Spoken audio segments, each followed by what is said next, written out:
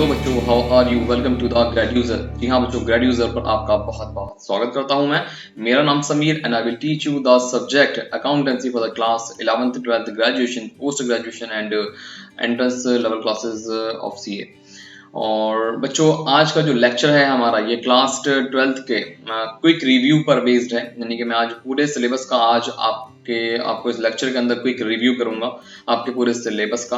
यानी कि इसमें से एक एक यूनिट या एक एक वॉल्यूम आपका कितने कितने मार्क्स का है, एक तो वो मैं यहाँ पर कुछ इंपॉर्टेंट क्वेश्चंस के साथ और उसमें से क्या क्या इंपॉर्टेंट कॉन्सेप्ट्स हैं, वो कितने नंबर के पूछे जा रहे हैं तीनों वॉल्यूम्स में से अकाउंटिंग के, ठीक है ना। इन पर आज मैं आपसे बात करने वाला हूँ। यानी कि मैं हर चैप्टर में से ये तो बताऊंगा ही कि क्या क्या कॉन्सेप्ट्स आपको वहाँ पढ़ने चाहिए और क्या क्या इंपॉर्टेंट है, और साथ में वो भी बताऊंगा जो अक्सर बच्चे पढ़ते हुए छोड़ देते हैं या उनसे रह जाता है, जिसे वो इम्पोर्टेंट नहीं मानते या फिर किसी वजह से वो उनसे छूट जाता है। तो आज उसके ऊपर भी हम बात करेंगे। तो आइए without getting delay let's get started. सबसे पहले हमारा जो वॉल्यूम फर्स्ट है उसके ऊपर मैं बात कर रहा हूँ।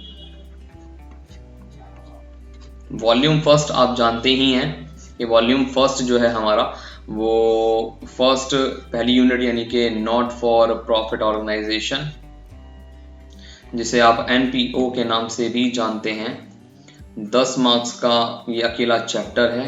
ठीक, यानी कि ये पूरा, अगर मैं कहूँ कि अपने आप में एक यूनिट है, हालांकि इससे एक यूनिट में एक ही चैप्टर है, ठीक है ना, 2 यूनिट है यहाँ पर इस वॉल्यूम नंबर 1 के अंदर। मैं कहूँगा ये पूरा जो वॉल्यूम है आपका दोस्तों, ये पूरा वॉल्यूम आपका 40 मार्क्स का है, ध्यान रखिएगा, ठीक है। तो 40 मार्क्स का है, जिसमें से 10 मार्क्स आपके एनपीओ के हैं। इसके अंदर क्या क्या चीजें इंपॉर्टेंट हैं और क्या क्या आपको नजरअंदाज बिल्कुल नहीं करनी, ठीक है ना, उसके ऊपर हम आज बात कर लेते हैं। फर्स्ट ऑफ ऑल, इसमें डिलीट किया हुआ कोई पोर्शन या पार्ट नहीं है, ठीक है। यानी कि जो इस साल सीबीएसई ने डिलीट किया हो तो पूरा ही एनपीओ आपको कवर अप करना है, लेकिन हाँ, इनमें से क्या क्या करना है उसके ऊपर हम बात करेंगे।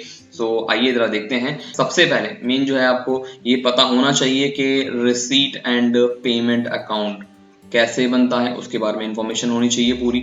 मतलब किस तरह से बनेगा, रिसीट साइड पे क्या कौन कौन सा आइटम आएंगे, पेमेंट साइड पे कौन कौन सा आइटम आएंगे, डेबिट और क्रेडिट में कहाँ शो होगा, वो सारी चीज।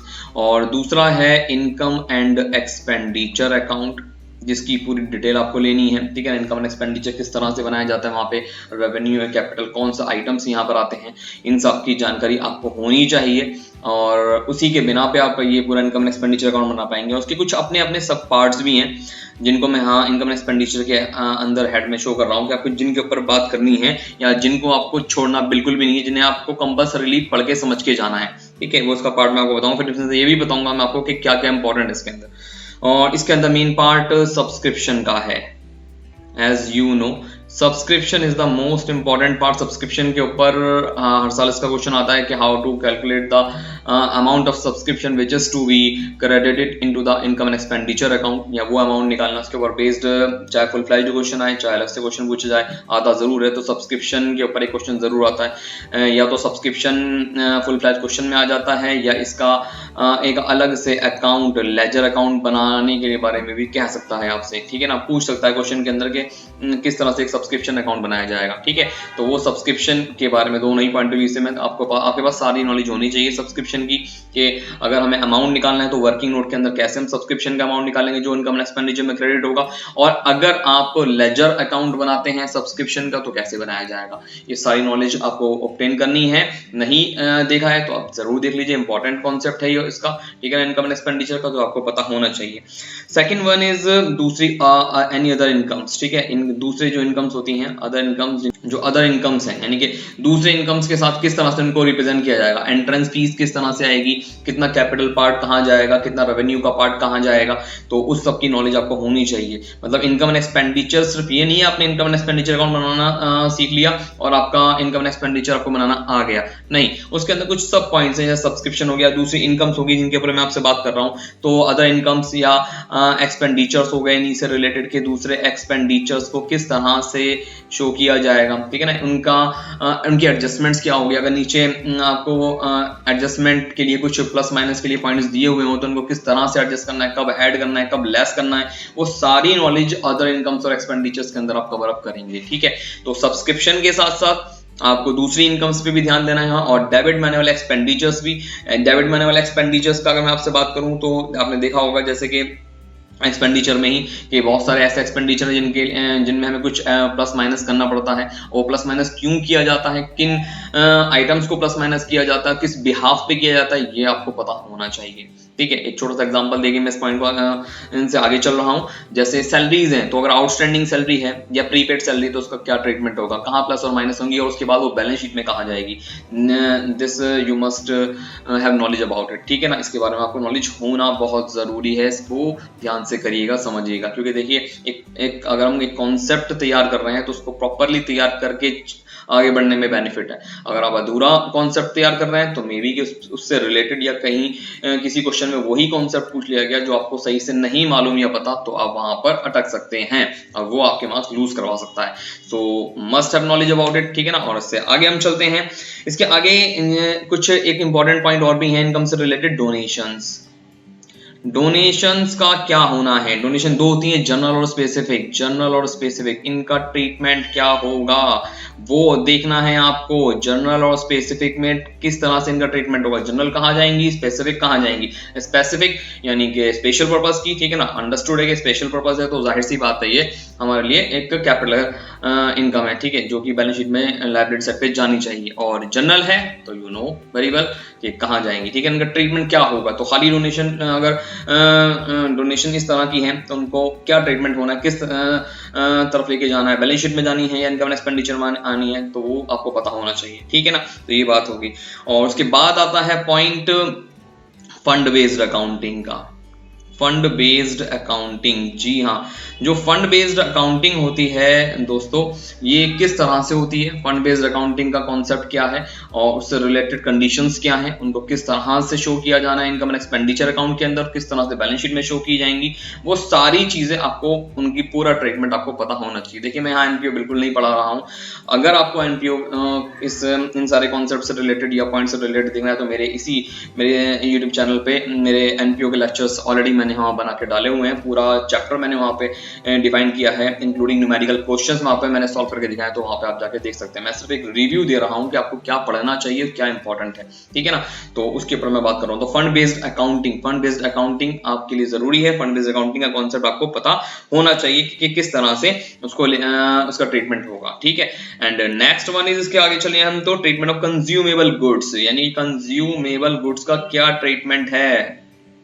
कंज्यूमेबल गुड्स क्या होती हैं। कंज्यूमेबल गुड्स की अगर मैं बात करूं तो लाइक स्टेशनरी हो गया, स्पोर्ट्स मटेरियल या मेडिसिन। ठीक है, अगर आपने देखा हो तो स्पोर्ट्स मटेरियल का किस तरह से एडजस्टमेंट होता है, मेडिसिन का क्या ट्रीटमेंट है, किस तरह से उनको प्लस माइनस, उनमें क्या क्या प्लस माइनस होता है, तो ये सारा कुछ इसके अंदर आपको थोड़ा सा मैं एग्जांपल दे दूं। जैसे अगर हमें ओपनिंग स्टॉक दिया हुआ हो तो और परचेजेस साथ में हुई हो, इनकम यानी कि रिसीव एंड पेमेंट में कुछ पेमेंट की गई है, परचेज किया गया है, ठीक है ना, और कंज्यूमेबल गुड्स का, और ओपनिंग स्टॉक अलग से दिया हुआ है और लास्ट में क्लोजिंग स्टॉक भी दिया हुआ है, तो opening plus purchases less closing करके हम वैल्यू निकाला करते थे, जहां इनकम एंड एक्सपेंडिचर में जो कंज्यूमेबल गुड्स होती थी उनको हम डेबिट या नॉर्मली डेबिट किया करते थे। ठीक है ना, तो वो चीज किस तरह से कैलकुलेट होती है, उसका क्या ट्रीटमेंट होता है, ओपनिंग स्टॉक कहाँ दिया हुआ होता है, इसका परचेजेस कहाँ दी हुई होती है, क्लोजिंग किस तरह से आप इवेल्युएट करोगे, ठीक है, और कैसे पहचानोगे, आइडेंटिफिकेशन कैसे होगा ओपनिंग और परचेजेस का, क्लोजिंग का, तो ये आपको पता होना चाहिए। यानी कि कंज्यूमेबल गुड्स का ट्रीटमेंट क्या है ओवरऑल। और इसका कंज्यूमेबल गुड्स का अगर आप ट्रीटमेंट पूरा देख लेते हैं तो आप, मुझे उम्मीद है कि कई सारे पॉइंट इससे रिलेटेड भी इसके अंदर पूछे जाते हैं। तो ये चीजें हैं, जैसे कि मैं लिख भी देता हूँ, लाइक स्टेशनरी की ओपनिंग क्लोजिंग फिगर दे दी जाती है कई बार। मेडिसिन का एक बहुत इंपॉर्टेंट पॉइंट है जो मैंने भी कुछ एक आध लेक्चर के अंदर, लेक्चर नंबर 2 या 3 में मैंने डिस्क्राइब किया है मेडिसिन का, तो वहाँ पे भी आप जाके देख सकते हैं। एक स्पोर्ट्स मटेरियल पर बेस्ड क्वेश्चन आ जाता है, स्पोर्ट्स मटेरियल का बहुत इंपॉर्टेंट है। और अगर आप अपनी बुक टी.एस. गरवाल से पढ़ रहे हैं या डी.के. गोयल से पढ़ रहे हैं तो इन दोनों बुक्स के अंदर ही बहुत अच्छे से चीजें डिफाइन की गई हैं स्पोर्ट्स मटेरियल के ऊपर, तो जाइए उसे देखिए ध्यान से, ठीक है ना, किस तरह से। और अगर वहां आपको इन्फॉर्मेशन नहीं मिलती है तो कोशिश कर सकते हैं कि मैं अपने लेक्चर्स जो एनपीओ पे मैंने प्रीवियसली 12th क्लास के यहाँ पे बना के डाले हुए अपने यूट्यूब चैनल पे, आप उसे भी एक बार रिव्यू के लिए देख सकते हैं पूरे एनपीओ चैप्टर को, ठीक है ना। तो इन तीनों के ऊपर वहां पर आपको क्वेश्चन मिल सकता है, ठीक। और चलिए आगे चलते हैं इसके बाद हम, तो ये आपके सारा इनकम एंड एक्सपेंडिचर से रिलेटेड। लास्ट में आपका एक पॉइंट है जी बैलेंस शीट। बैलेंस शीट किस तरह से बनाई जानी है, और दो बनती हैं इसके अंदर, ओपनिंग बैलेंस शीट और क्लोजिंग बैलेंस शीट, ठीक है ना। ये आपको पता होनी चाहिए कि कैसे बननी है, ओपनिंग में कौन कौन सी फिगर कहाँ से उठा के डाली जाती हैं। आई मीन टू से कि जैसे कैश इन हैंड और कैश एट बैंक है, तो रिसीट एंड पेमेंट का ओपनिंग वाली फिगर हम ओपनिंग बैलेंस शीट में लेके जाते हैं, रिसीट एंड पेमेंट की क्लोजिंग वाली फिगर क्लोजिंग बैलेंस शीट में लेके जाते हैं। तो ये आपको पता होना चाहिए। इसका ट्रीटमेंट आप देखिए, समझिए और उसको मेमोराइज कर लीजिए बिफोर योर एग्जामिनेशन, ठीक है ना। इसे ही रिवीजन भी कहते हैं, और यही मैं आपको क्विक रिव्यू इसलिए यहाँ दे भी रहा हूँ। अब होता क्या है इसमें, इंपॉर्टेंट कौन कौन से पॉइंट है इसमें। इंपॉर्टेंट है पूरा इनकम एंड एक्सपेंडिचर, इसके अंदर पूरा इनकम एंड एक्सपेंडिचर इंपॉर्टेंट है, ध्यान रखिएगा जी। और इसके अंदर मेनली सब्सक्रिप्शन इंपॉर्टेंट है, बहुत ध्यान से समझिएगा। फंड बेस्ड अकाउंटिंग इंपॉर्टेंट है, और कंज्यूमेबल गुड्स का ट्रीटमेंट बहुत इंपॉर्टेंट है, ठीक है। इस पर बेस्ड फुल फ्लैश अलग से क्वेश्चन पूछा जा सकता है। 10 मार्क्स का है तो अंदाजा लगा लीजिए, 6 नंबर का अलग, और लास्ट ईयर भी, ठीक है ना, लास्ट ईयर भी और लास्ट ईयर भी इस पे क्वेश्चन पूछा गया है। 6 नंबर का अलग पूछा गया है, 3 नंबर का अलग पूछा गया है क्वेश्चन, 1 नंबर का अलग पूछा गया है। तो आप अंदाजा लगा सकते हैं, ठीक है ना। आपको ये सारी मैंने इंपॉर्टेंट इन्फॉर्मेशन यहाँ इसलिए दे दी है कि आप चाहें तो आप यहाँ से इसका रिव्यू लेकर और उन सारे कॉन्सेप्ट्स को अपने अकॉर्डिंग तैयार कीजिए, ठीक है।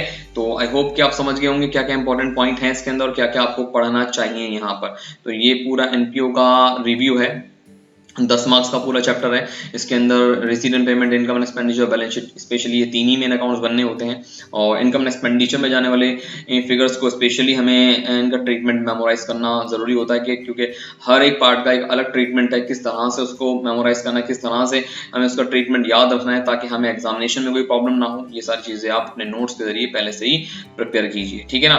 और बाकी की अगर इन्फॉर्मेशन चाहिए तो आप मैं आपको रिकमेंड कर सकता हूँ अपने कुछ लेक्चर्स, अगर उसे देखना हो वहां से समझना चाहें तो ये बस गो देयर, ठीक है ना। तो आइए नेक्स्ट चलते हैं हम आगे एनपीओ के बाद। ये तो 10 मार्क्स का हो गया हमारा। इसी वॉल्यूम से सेकंड हमारा जो है अकाउंटिंग फॉर पार्टनरशिप, यानी कि सेकंड यूनिट है हमारी अकाउंटिंग फॉर पार्टनरशिप फर्म। इसको मैं आपको 1 बाय 1 ही डिफाइन करता हुआ चलूंगा, ठीक है ना। इसमें क्या क्या किस चीज चैप्टर में क्या क्या इंपॉर्टेंट चीजें दी हुई हैं वो सारी चीजें मैं डिस्कस करूंगा आपसे।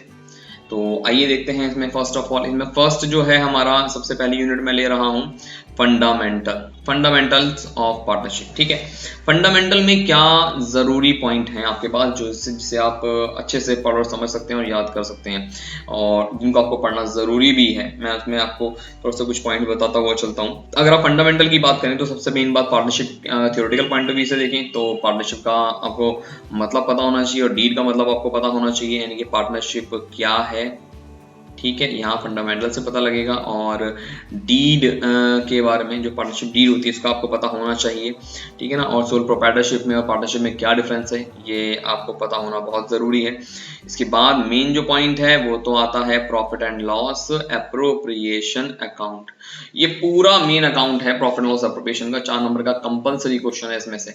और सॉरी मैं आपको यहाँ बताना भूल गया थोड़ा सा, तो वो मैं आपको क्लियर करता हुआ चल रहा हूँ कि ये पूरी यूनिट जो है हमारी, यानी कि सेकंड यूनिट जो पार्टनरशिप फर्म्स पर बेस्ड है, ये 30 मार्क्स की है अकेली पूरी यूनिट, ठीक है ना। 30 मार्क्स, तो पता लगा पूरा वॉल्यूम फर्स्ट जो है हमारा ये पूरा 40 मार्क्स का है हमारा पूरा, जैसा कि मैंने पहले मेंशन किया 40 मार्क्स का, ठीक है ना। 10 मार्क्स का एनपीओ हो गया और 30 मार्क्स का आपका क्वेश्चन नंबर जो 30 मार्क्स का आपका पूरे पार्टनरशिप फर्म का यहाँ पर नॉर्मली दिया हुआ है, ठीक है। तो इस तरह से हमारी accounting for partnership firm 30 marks की कवर अप हो रही है यहाँ। प्रॉफिट एंड लॉस एप्रोप्रिएशन में क्या क्या इंपॉर्टेंट पॉइंट है जो आपको पता होने चाहिए, तो इसमें है सबसे पहला पॉइंट इंटरेस्ट ऑन ड्राइंग्स का ट्रीटमेंट। मतलब इंटरेस्ट ऑन ड्राइंग्स कैसे कैलकुलेट करना है, किस तरह से निकाला जाएगा। इंटरेस्ट ऑन ड्राइंग यानी पूरा ट्रीटमेंट वर्टुअल इंटरेस्ट ऑन ड्राइंग के ऊपर, इंटरेस्ट ऑन ड्राइंग के ऊपर अलग से भी क्वेश्चन पूछ लिया जाता है। वरना प्रॉफिट एंड लॉस एप्रोप्रिएशन अगर है पूरा आपसे, profit and loss appropriation account ही अगर आपसे मांगा गया है तो उसमें इंक्लूड करके तो जरूर पूछा जा सकता है वाला पॉइंट, ठीक है। तो इंटरेस्ट ऑन ड्राइंग आपको कैलकुलेट करना आना चाहिए। इसके अपने 2 मेथड है, एवरेज पीरियड मेथड है, ठीक है ना, और दूसरा सिंपल और प्रोडक्ट मेथड है, किस तरह से इंटरेस्ट ऑन ड्राइंग निकालना है। गो एंड वॉच देयर, ठीक है ना। तो आइए आगे चलते हैं अगले पॉइंट की तरफ। इसके बाद है interest on capital. Interest on capital, तो ये जो इंटरेस्ट ऑन कैपिटल है ये क्या है? इंटरेस्ट ऑन कैपिटल किस तरह से कैलकुलेट होगा? ओपनिंग कैपिटल पे इंटरेस्ट निकाला जाता है, अगर क्लोजिंग दी हो तो किस तरह से कैलकुलेट करेंगे, अगर क्लोजिंग कैपिटल क्वेश्चन में दी हुई है तो किस तरह से इंटरेस्ट ऑन कैपिटल निकाला जाएगा, ये सारी इंफॉर्मेशन आपको यहाँ से कलेक्ट करनी है, ठीक है ना, कि how to calculate the interest on capital if the opening capital is given and if the closing capital is given. तो in both cases you have to know about it, ठीक है ना। आगे चलते हैं। इसके बाद पार्टनर की सैलरी या कमीशन हो जाता है, पार्टनर सैलरी एंड कमीशन। तो पार्टनर का सैलरी एंड कमीशन किस तरह से आएगा?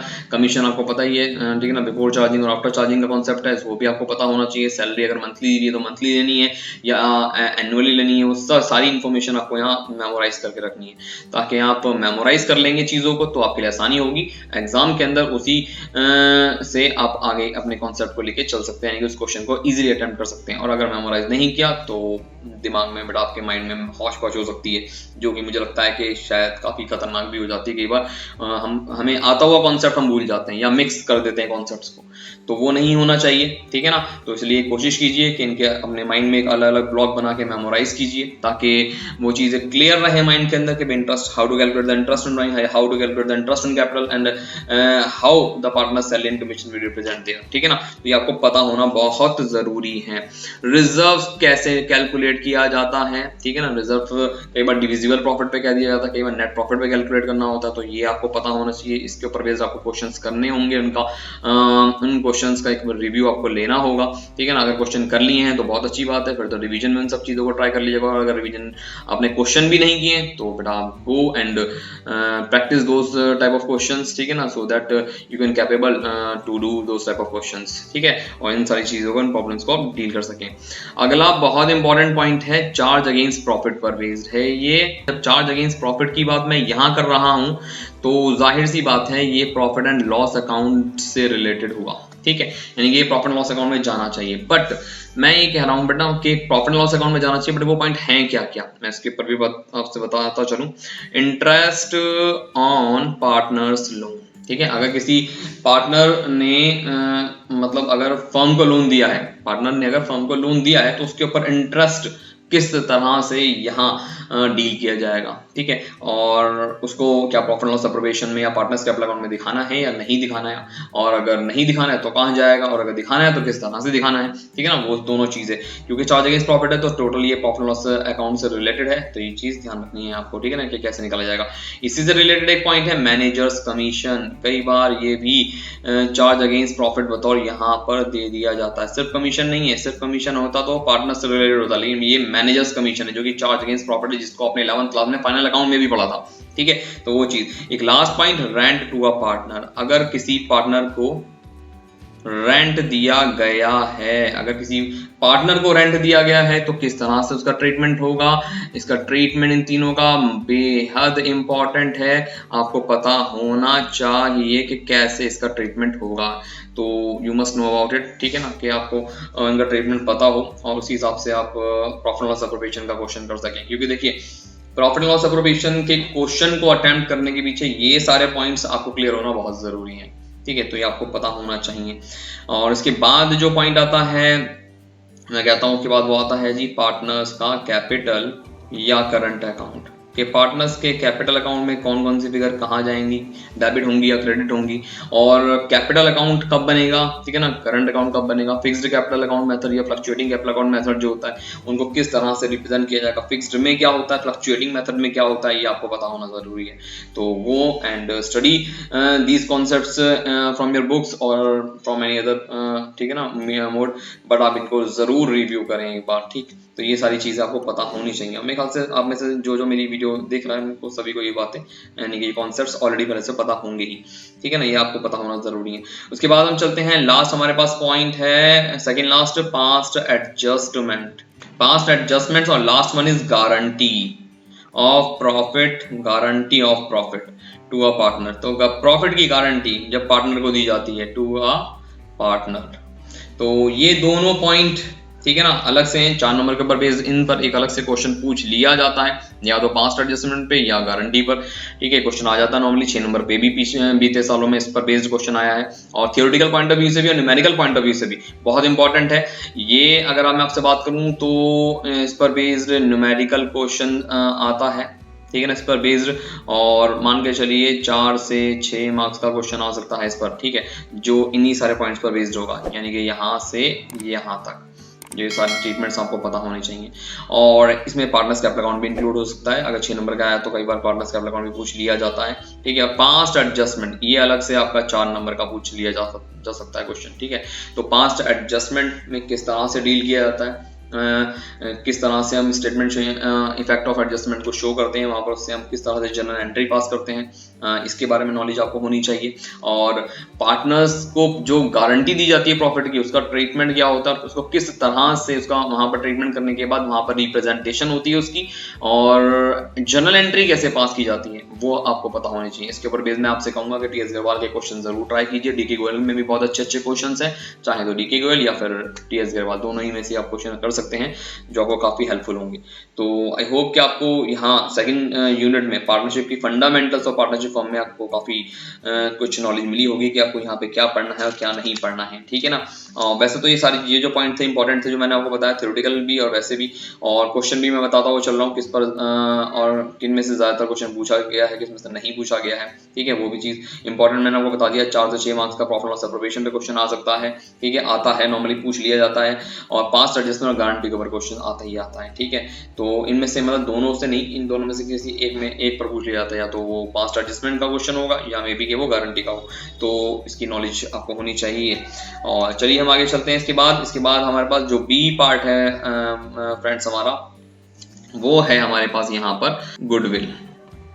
गुडविल मेनली यहाँ इससे अलग क्वेश्चन 2-3 साल के बाद एक आध बार रिपीटेड क्वेश्चन आ जाता है गुडविल ऊपर बेस्ड, बट गुडविल में है क्या क्या, कितने तरह की गुडविल होती है थ्योरेटिकल पॉइंट ऑफ व्यू से भी, और न्यूमेरिकल तो how to value the goodwill. ठीक है ना, गुडविल की वैल्यूएशन किस तरह से निकाली जाती है, यहाँ पे कितने मेथड होते हैं गुडविल की वैल्यूएशन के लिए, तो वो सारी चीजें इंपॉर्टेंट है यहाँ पर, तो उनको आप देखिए। एवरेज प्रॉफिट मेथड है आपका, और सुपर प्रॉफिट मेथड है। इसमें सबसे ज्यादा जो क्वेश्चन पूछे जाने वाला होता है वो सुपर प्रॉफिट पर बेस्ड होता है, तो इंपॉर्टेंट है ये सुपर प्रॉफिट। ठीक है ना, कैपिटलाइजेशन मेथड भी जरूर देखिएगा, कैपिटलाइजेशन मेथड में से भी क्वेश्चन कई बार पूछ लिया जाता है।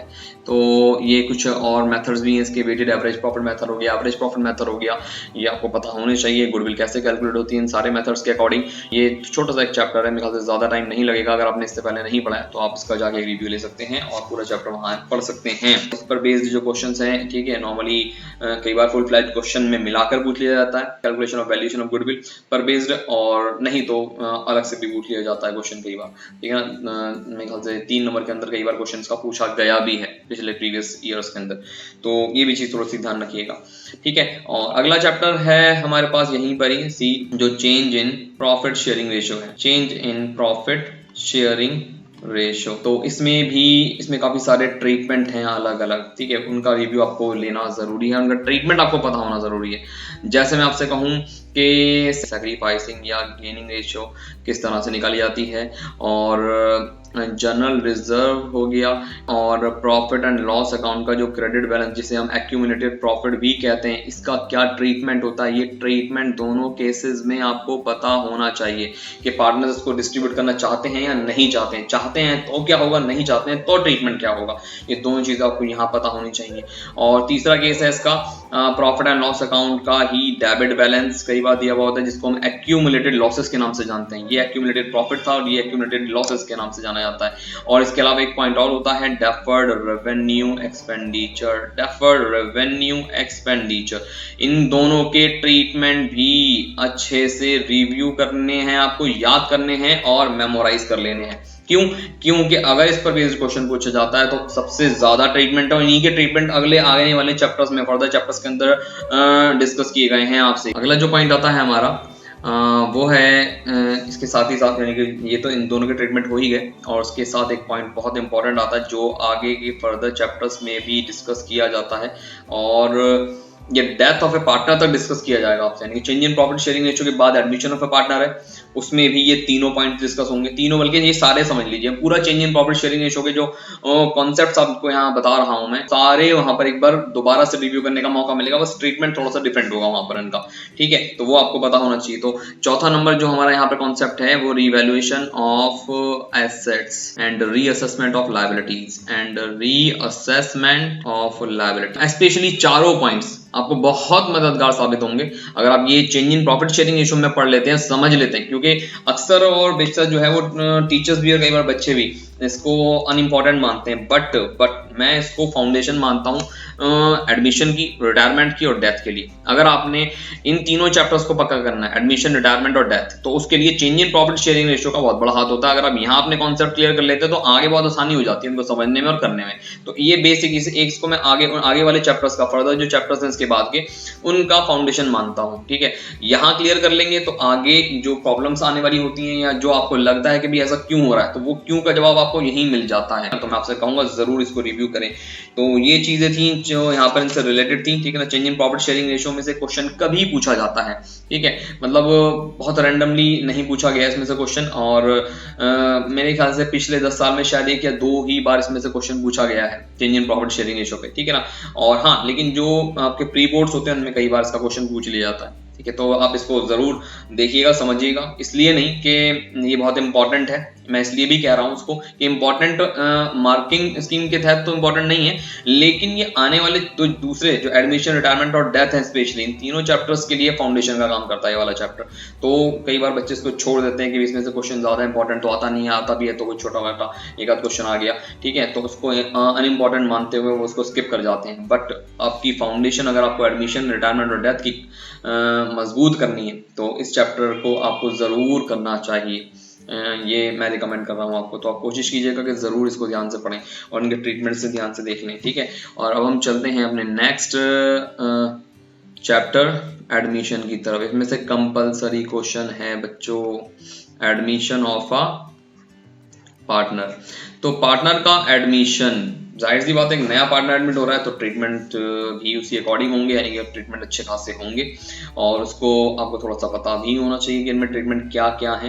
पहली बात तो new profit sharing ratio NPSR बहुत इंपॉर्टेंट है। 2 मेथड हैं इसके, दोनों मेथड से किस तरह से न्यू प्रॉफिट शेयरिंग रेशियो निकाला जाता है जब इंडिविजुअल सेक्रीफाइस पुराने पार्टनर्स का दिया हुआ हो और जब नहीं दिया हुआ हो, ठीक है ना, दोनों तरह से किस तरह से इसका कैलकुलेशन होता है। अलग अलग क्वेश्चन पूछे गए, TS गिरवाल में काफी अच्छे क्वेश्चन इसके, सारे कर लीजिएगा 1 to 1, और अगर DK गोयल भी है तो वो भी देख लीजिएगा, ठीक है ना। इनसे बाहर क्वेश्चन इसका नहीं आएगा मुझे उम्मीद है, ठीक है ना। और पिछले अगर प्रीवियस ईयर के पेपर्स भी आप उठाएंगे तो वो अगर आप इन दोनों की प्रैक्टिस करके आ चुके हैं तो मुझे नहीं लगता आपको प्रीवियस ईयर के किसी भी एक क्वेश्चन में आपको परेशानी हो, you can do it very easily, ठीक है। तो एक तो चीज ये है, आप NPSR का क्वेश्चन कंपलसरी आता है दोनों में भी, तो ये बात ध्यान रखिएगा। और हाँ, उसके बाद जो है रिजर्व्स का ट्रीटमेंट है यहाँ पर कि भाई रिजर्व्स का क्या करना है। Reserves and profit and loss account के क्रेडिट बैलेंस जो यानी कि एक्यूमुलेटेड प्रॉफिट के नाम से जाना जाता है। मैंने कहा ना, जो पीछे का यानी कि change in profit sharing ratio में जो वहां आपने ट्रीटमेंट पढ़ा वही अप्रोक्सीमेट उसका एक ट्रीटमेंट यहाँ फॉलो होना है। तो रिजर्व्स और प्रॉफिट एंड लॉस अकाउंट का क्या ट्रीटमेंट है, उसको क्या किया जाना है वो चीज, और उसके अलावा प्रॉफिट एंड लॉस अकाउंट का ही डेबिट बैलेंस जो पीछे आपसे डिस्कस किया था मैंने वो, एंड डेफर्ड रेवेन्यू एक्सपेंडिचर, इनका यानी कि वही सेम वही इसका यहाँ पे ट्रीटमेंट क्या होगा वो आपको पता होना चाहिए, बहुत जरूरी है। इसके बाद रीवैल्यूएशन, सेम वही एसेट्स का रिवैल्यूएशन है, तो रिवैल्यूएशन वाला कॉन्सेप्ट यहाँ पे रिवैल्यूएशन का एक पर्टिकुलर लेजर अकाउंट भी आपको अलग से सीखना होता है कि किस तरह से रिवैल्यूएशन का अकाउंट बनेगा। वो NPS यानी कि change in profit sharing ratio में भी डिस्कस किया गया है हालांकि, ठीक है ना। बट यहाँ पे किस तरह से होगा, यहाँ पे 2 मेथड होते हैं, when old values are to be recorded, when new values are to be recorded. अगर पुरानी वैल्यूज ही रिकॉर्ड की जानी है, ठीक है ना, तो रिवैल्यूएशन किस तरह से बनाया जाएगा, ठीक है ना। और अगर न्यू वैल्यूज रिकॉर्ड की जानी तो रिवैल्यूएशन का ट्रीटमेंट यहाँ पे क्या होगा, तो ये आपको पता होना बहुत जरूरी है, इंपॉर्टेंट कॉन्सेप्ट है। यानी कि मैं सिर्फ आपको ये बता रहा हूँ कि इनमें क्या क्या है, आपको क्या क्या पढ़ना है, और हालांकि एक फुल फ्लैज क्वेश्चन में ये सब सारी चीजें पूछ ली जाती हैं। इसके बाद आता है वैल्यूएशन ऑफ गुडविल, यानी कि गुडविल का वैल्यूएशन यहाँ पर कि गुडविल का क्या ट्रीटमेंट है। गुडविल के यहाँ नॉर्मली तो वैसे 2 ही ट्रीटमेंट है। अगर अपीयर्ड गुडविल है तो उसको राइट ऑफ किया जाएगा, अपीयर्ड गुडविल को हम यहाँ राइट ऑफ कर देते हैं, मैं ठीक है ना। और दूसरा जो है जब नया पार्टनर आता है तो वो गुडविल का कुछ प्रीमियम कुछ अमाउंट लेकर आता है, तो वो जो प्रीमियम फॉर गुडविल लेकर आता है वो उसका क्या होता है, उसकी एंट्रीज क्या होती है, उसके 5 केसेस इस चैप्टर में डिफाइन किए गए। तो वो 5 केसेस ध्यान से देखिए, समझिए और उसको मेमोराइज कर लीजिए। क्यों? क्योंकि इसके जो ट्रीटमेंट्स है ना, स्पेशली जो गुडविल का यहाँ पर ट्रीटमेंट है वो दूसरे चैप्टर्स के कंपैरिजन में बच्चों को बड़ा मिक्सअप हो जाता है कि बच्चे माइंड में ना उसको हौच पौच कर लेते हैं कि भाई कभी रिटायरमेंट का एडमिशन में फिट कर देते हैं, ठीक है ना, या एडमिशन का रिटायरमेंट में फिट कर देते हैं। तो ये बड़ी गलतियां होती हैं बच्चों से, ठीक है। और यहाँ पे किस रेशो में गुडविल का ट्रीटमेंट होना होता है, ठीक है, और किस रेशो में आगे गुडविल का ट्रीटमेंट होना होता है, बहुत ही कंफ्यूजन क्रिएट करता है। क्योंकि पूरी पार्टनरशिप में इतने ट्रीटमेंट है कि आपको मेमोराइज करके, यानी कि एक अलग ब्लॉक बना के माइंड में उनको मेमोराइज करना है, तभी आप इन सारे ट्रीटमेंट को याद कर पाएंगे। और हाथ भी एग्जाम में आपका तभी जल्दी चल पाएगा जब आपके सारे ट्रीटमेंट्स आपको क्लियर होंगे माइंड में। जब व्यू क्लियर होता है ना माइंड में आपका किसी भी क्वेश्चन को लेके, तो वो क्वेश्चन करने की जो कैपेसिटी होती है, ठीक है ना, वो बढ़ जाती है। कैपेबिलिटी आपकी इतनी बढ़ जाएगी कि आपको पता होगा इस क्वेश्चन को कैसे अटेंड करना है और कितने टाइम के अंदर मैं करके इसको अलग फेंक दूंगा। तो ये आपको पता होना चाहिए ना। तो अगर वो देखो सब सारी चीजें इसी पर डिपेंडेंट होंगी कि आपने तैयारी कैसे की है। चलते हैं आगे, ठीक है। और गुडविल का ट्रीटमेंट यहाँ पे काफी इंपॉर्टेंट है, 5 केसेस मैंने आपको बता दिए, ठीक है। और इस वैल्यूएशन गुडविल के अंदर ही जो एक पार्ट होता है, एक हिडन गुडविल भी पूछा जाता है कई बार इसके अंदर। हिडन गुडविल वाला कॉन्सेप्ट भी आपको पता होना चाहिए कि how to calculate the hidden goodwill in the case of admission of a partner, तो इसकी नॉलेज भी आपको होनी चाहिए। और इसके बाद जो अमाउंट ऑफ कैपिटल नया पार्टनर लेकर आता है, amount of capital brought in by new partner, जो नया पार्टनर कैपिटल लेकर आएगा उसकी एंट्री कैसे होगी, और अगर लेजर अकाउंट बनाने तो कहाँ शो किया जाएगा, ये सारी चीजें यहाँ पर है। हालांकि इसमें कुछ डिलीशन भी है। डिलीशन क्या है कि इसमें एडजस्टमेंट ऑफ कैपिटल और बैलेंस शीट से आपको थोड़ी सी राहत जरूर दी गई है, डिलीट किया गया है वो पार्ट, यानी कि एडजस्टमेंट ऑफ कैपिटल से रिलेटेड एडमिशन में से कुछ नहीं पूछा जाएगा। इसमें बैलेंस शीट से रिलेटेड भी क्वेश्चन के पूछे जाने के चांसेस ना के बराबर है, ठीक है ना।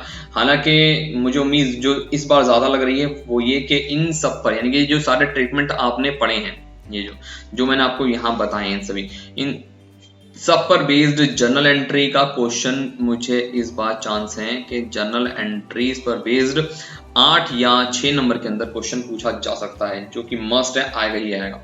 हाँ, जनरल एंट्रीज नहीं आता तो लेजर अकाउंट पूछ लिए जाते हैं, रिवैल्यूएशन अकाउंट कैसे बनाना है वो बना के दिखाइए, पार्टनर्स कैपिटल अकाउंट कैसे बनाना है वो बना के दिखाइए। और रही बात adjustment of capital, that will be not in your syllabus, ठीक है ना।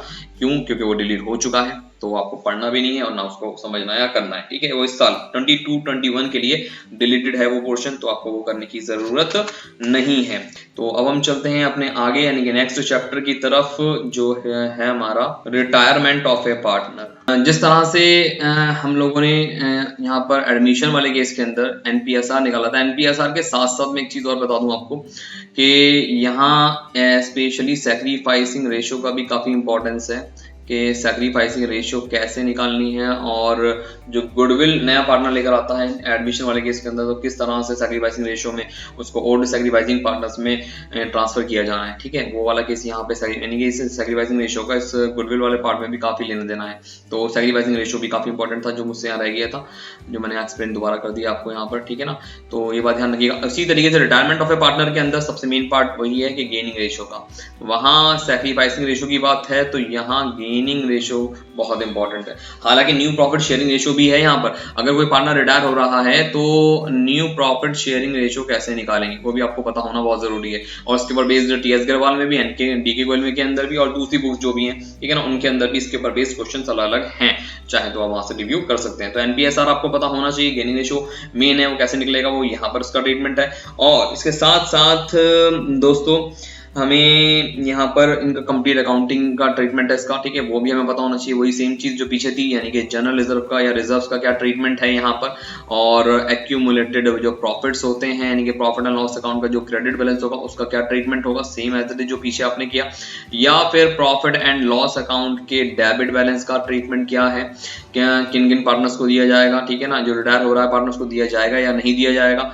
और साथ के साथ डेफर्ड रेवेन्यू एक्सपेंड एक्सपेंडिचर, इसका भी डिटरमिनेंट आपको पता होना बहुत जरूरी है। ये वही सेम है जो पीछे आपने पढ़ा, उसके बाद वही डिवैल्यूएशन वाला केस, डिवैल्यूएशन जो पीछे आपने पढ़ा है सेम एज इट इज वही यहाँ आ जाएगा, बस सिर्फ चेंज ये होगा कि क्या डिवैल्यूएशन रिटायरिंग पार्टनर को रिवैल्यूएशन का फायदा होगा या नहीं होगा, और होगा तो कैसे होगा, ट्रीटमेंट क्या है उसका, किस तरह से रिप्रेजेंटेशन होगा, वो सारी चीजें आपको यहाँ पर सीखनी समझनी है। और मैं बार बार आपसे पहले भी कहा था मैंने आपसे, अगर जब मैंने डिस्कस किया था कि यहाँ रिप्रेजेंटेशन बहुत मैटर करती है अकाउंटिंग के अंदर, यानी कि आपको क्वेश्चन को जल्दी तो करना ही है, साथ में रिप्रेजेंट भी अच्छे से करना है। यानी कि फॉर एग्जांपल के अगर आप जर्नल का फॉर्मेट बना रहे हैं, किसी की जर्नल एंट्रीज दे रहे हैं, तो जर्नल का फॉर्मेट प्रॉपरली बनाइए और हर एक पर्टिकुलर एंट्री को की नरेशन और एक किस तरह से एंट्री को पास किया जाता है, उसकी नरेशन, उसको क्लोज करना, वो सारी चीजों पे बहुत अच्छे से ध्यान दीजिएगा। हालांकि ये प्रैक्टिस पे डिपेंड करती हैं चीजें, अगर आपकी प्रैक्टिस पहले से ही अच्छी रही है तो आपका हाथ ऑटोमेटिकली नीट एंड क्लीन चलेगा, और अगर आपने प्रैक्टिस सही से नहीं की है, रफ तरीके से आपने पहले से ही प्रैक्टिस करी है रफली, तो मैं आपको अनफॉर्चुनेटली आपसे कहूंगा कि वो ही आपके साथ फाइनल में भी होने वाला है। तो अभी भी टाइम है, कोशिश कीजिए, नीट एंड क्लीन प्रेजेंटेशन रखिए अपनी, जैसी आदत डालेंगे आप पैसे बनेंगे। ये बात ध्यान रखिए, आप पूरे साल आपको इसलिए दिया जाता है कि आप एक हैबिट मेंटेन करें कि how to represent our work in front of the examiner. ठीक है ना, एग्जाम का मतलब क्या है, एग्जाम का मतलब यही है कि आप अपने पढ़े हुए काम को कैसे रिप्रेजेंट करते हैं एग्जामिनर के सामने।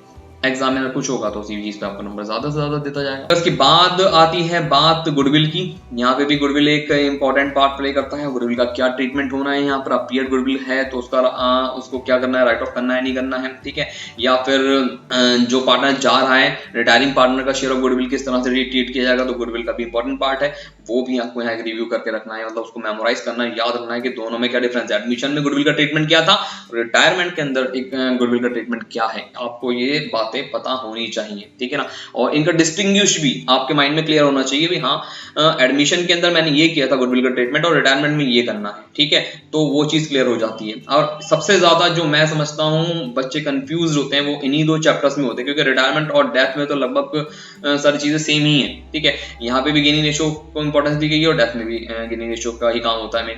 तो मेन चीज ये होती है कि बच्चे कंफ्यूज होता है एडमिशन और रिटायरमेंट के अंदर, ठीक है ना, या एडमिशन और डेथ के अंदर, समझ गए आप मेरी बात, तो इसलिए बहुत ध्यान से कीजिएगा। इसके अलावा यहाँ पे मेन रिटायरिंग पार्टनर का जो आउटस्टैंडिंग अमाउंट होता है, outstanding amount of the retiring partner कैसे निकालेंगे, ठीक वो चीज, हाँ यहाँ पर रिटायरिंग पार्टनर का लोन की अगर मैं आपसे बात करूं तो शायद रिटायरिंग पार्टनर का लोन यहाँ आउट ऑफ द कोर्स है। रिटायरमेंट और डेथ ऑफ ए पार्टनर के अंदर इन्होंने एडजस्टमेंट ऑफ कैपिटल अकाउंट और preparation of loan account of the retiring partner ये टोटली डिलीट कर दिया है इस साल। तो आपको रिटायरिंग पार्टनर का कोई लोन अकाउंट बना के ना देखना है, ना वहां बनाने के लिए कोई क्वेश्चन आएगा एग्जाम के अंदर, तो वो डिलीटेड पार्ट है आपका, ठीक है, वो चीज यहाँ पर है। और इसके साथ साथ रिटायरमेंट और डेथ दोनों के अंदर ही इन्होंने एडजस्टमेंट ऑफ कैपिटल का पार्ट इन्होंने एक्सक्लूड कर दिया है। जैसे एडजस्टमेंट ऑफ कैपिटल इन्होंने एडमिशन में से एक्सक्लूड किया है, उसी तरीके से रिटायरमेंट में से भी इन्होंने एक्सक्लूड कर दिया, यानी कि हटा दिया, वो डिलीट कर दिया, वो इस साल 22-21 में नहीं पूछा जाएगा उस पर बेस्ड क्वेश्चन। और स्पेशली यहाँ से भी वही मैं समझता हूँ 6 नंबर का क्वेश्चन तो यूजुअली पूछ लेते हैं, और 6 नंबर के अंदर आता क्या है, या तो आपसे जनरल एंट्रीज पूछी जाएंगी, ठीक है ना, या लेजर अकाउंट्स। लेजर अकाउंट आप समझ गए होंगे, रिवैल्यूएशन का अकाउंट, पार्टनर्स कैपिटल अकाउंट, ठीक है, और मे बी के बैलेंस शीट। तो ये आपको पता होना चाहिए कि किस तरह से इनको अटेम्प्ट करना है, किस तरह से रिवैल्यूएशन बनेगा, जनरल एंट्रीज का क्या सीक्वेंस रहेगा, पहले जनरल एंट्री किसकी आनी है, किस तरह से उनका रिप्रेजेंटेशन रहेगा, और कहाँ पे गेनिंग रेशियो का काम है, कहाँ पे जो ना गेनिंग रेशियो का यूज ना हो के ओल्ड रेशियो में आपको डिस्ट्रीब्यूशन देना है, ठीक है ना, ट्रांसफर करने वाली एंट्रीज आपको क्लियर होनी चाहिए। तो रिटायरमेंट ऑफ ए पार्टनर के अंदर भी काफी कुछ है, उस पर बेस्ड भी इंपॉर्टेंट क्वेश्चन पूछा जाता है, लेकिन अक्सर इसका क्वेश्चन चॉइस में आता है, तो ये बात ध्यान रखिएगा। आता है तो उसको बच्चे ये सोचते हैं कि नहीं भाई हम एक काम करते हैं, रिटायरमेंट या डेथ में से एक क्वेश्चन हम या तो ये कर लेते हैं। कई बार ये भी हो जाता है कि चॉइस एडमिशन या रिटायरमेंट में से भी आ जाती है, ठीक है ना, तो बच्चे सोचते हैं लाओ भी इनमें से एक ही चैप्टर कर जाओ, बाकी जो है ना चॉइस में आएगा तो हमें एक होगा तो हम इनमें से एक क्वेश्चन अटेम्प्ट कर लेंगे।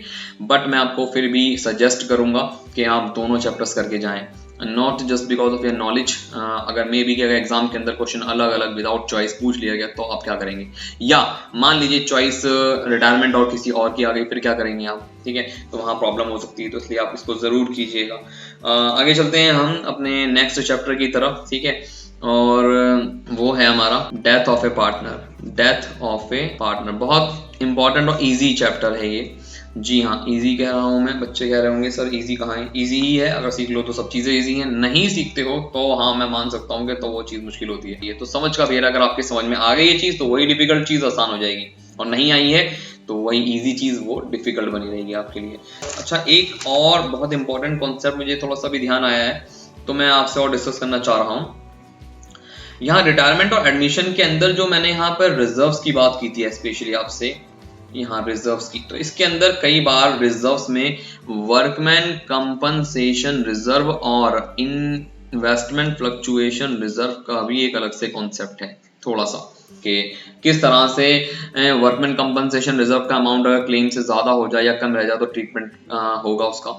ऐसे इन्वेस्टमेंट फ्लक्चुएशन रिजर्व का, अगर इन्वेस्टमेंट में ज़्यादा फ्लक्चुएशन देखने को मिला तो किस तरह से इन्वेस्टमेंट फ्लक्चुएशन रिजर्व का ट्रीटमेंट होगा।